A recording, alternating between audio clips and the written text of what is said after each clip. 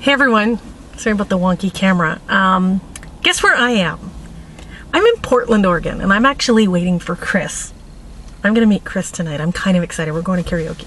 And if all goes well, I'll get a clip of us singing or some such nonsense. So I'm in my car, and yeah, it's a funny angle. Sorry about this. So I drove cross country this week, as you know, because I had a sub last week, and I haven't even seen the video yet, so I heard it was Cole. Hi, Cole. And thank you very much for filling in for me. And I'm going to attempt to get this uploaded before Friday. And I know my head is here in the corner. Anyway, so I drove to Victoria, BC from Ontario, near Niagara Falls, Ontario, which is a hell of a road trip. It's about 63 hours of driving, which I splayed over about 9 days. I went with my friend, but she doesn't drive, so I was the only one doing any of the driving. And we went to a lesbian wedding, our first lesbian wedding, and I was really... I'm kind of anti-marriage, and you know, it's none of my business. I don't know if these two are suited or whatever. It's none of my business. They're my friends, so one of them is my friend. So I was delighted to go to the wedding, but the neatest part of it was that I got to meet a whole whack of interesting dykes that I don't live in a world of dykes all that often. I really need to... Oh, this is awkward. Okay. And the question this week, I do believe, was, do you envy people who have transitioned? But I'm going to just twist it a little bit, which is even just envy people who... How can I even phrase that? I don't generally suffer from envy, and I don't generally feel jealous or envy or anything remotely even like that, because I do like my life, and I do believe that my life is in my control. And anything that I want to do to change it, I can change it if I want to. I do believe that. So obviously, if I'm living this way, it's because I choose to live this way. Now, getting to see butchy dykes in full force was kind of awesome in its own way, because I kind of miss that. I miss butching it up. I really do. I don't know why. I don't know what my aversion is to it these days. I don't know. Here's the thing. There were two distinct types of dykes at this wedding. There were butch dykes, but they were fashionable all to the nines. It was in Victoria, BC, so it was, and it was Pride weekend to top it off. But there was a whole slew of women there who were dressed in very fashionable suits. They had all had breast reductions. Well, not all of them. I talked about 3 of them had breast reductions. I would go as far as to call top surgery, but maybe double A. One woman I was talking to said she had it reduced to double A, which is smaller than an A cup. I guess it's the closest thing to a top surgery flat chest you're going to get without actually calling it top surgery. A lot of these women, including one of the brides, had breast reductions. They had the body that I kind of crave. They had that look that I love, which is a very masculine stature, right? Like very flat chested, and I'm all boob, so it's, you know, something I've always kind of, grass is always greener situation.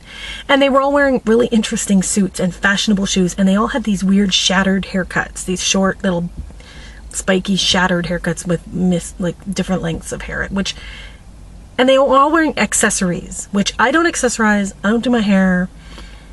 It was all I could do to get a pair of pants ironed for this damn thing, because, well, actually I stayed at a friend's in Vancouver and she had an iron the night before, so that wasn't too bad, but I camped the vast majority of the time.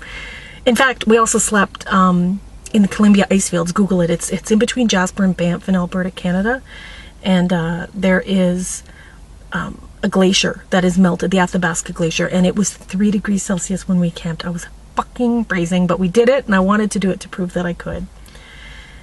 Anyhow, okay, so we went to the wedding. There was the fashionable butchy dykes, and then there was kind of the Earth Mama, older granola dyke, and that's kind of my speed. I really looked like there was one woman there who was wearing shorts and Birks, and she was wearing an outfit to a wedding that I had been wearing that afternoon that I changed out of to get into a pair of dress pants and a collared shirt for the wedding. However, she had worn it to the wedding. There was kind of this crunchy granola thing going on. Now, some of the people, actually I met a few people at the wedding who looked to be in transition. Now, 2 of them looked very masculine and identified as she. And when I spoke to my friends, they both said that one of them is decidedly a she. She prefers to be referred to as she. In fact, her name is Ange, but she prefers to be called Angela or Angie.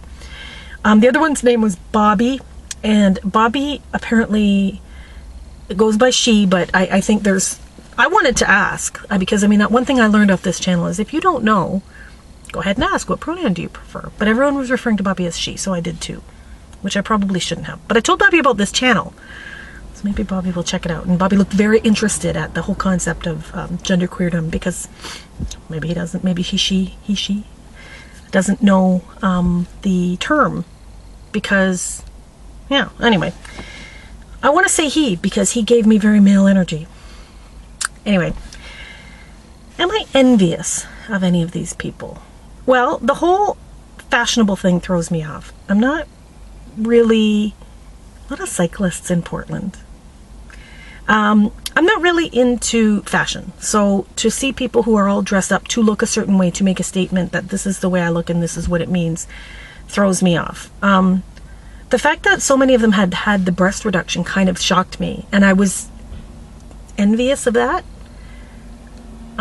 Even if I were to get a breast reduction, I still wouldn't have the body they have. I have a big pot belly, and I'm a little more curvier and fleshier than I think these kind of bony, skinny, masculine women, dykes were. So I don't know.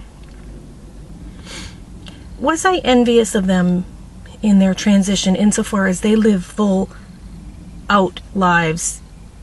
And there is a huge lesbian community. I mean, this was a wedding, so it was all of their friends and family. By the way, there were a ton of straight people, including one of the brides. My friend, her parents, who are Sicilian Catholics, came to this wedding, and her aunt and uncle. And it was actually very sweet, because her dad's made some kind of joke that flopped. That wasn't very funny.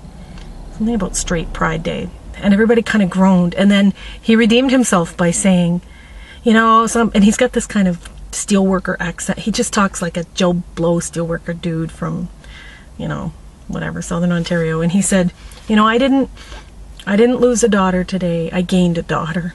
And that was very sweet. Anyway, am I envious of the people who have transitioned? No, not envious, because I believe if I really wanted to, I could too. Sometimes I wonder why I don't do the things I want to do. For instance, quit my job. That's the biggest one. That is the biggest one. I really need to get out of that job and start living a more authentic life on that front. So I don't know. But it was neat to see a whole bunch of people living very authentic lives. Okay, I'm at the 8-minute mark, and I gotta go see Chris, and we gotta sing some karaoke. I think I still got about an hour to kill before he shows up, though I got here a little bit early. I took the ferry over from Victoria to Washington State and drove the whole state today. So it's kind of late, and I'm a little bit tired, but I'm gonna sing karaoke if it's the last thing I do. Okay, catch you guys later. Bye-bye.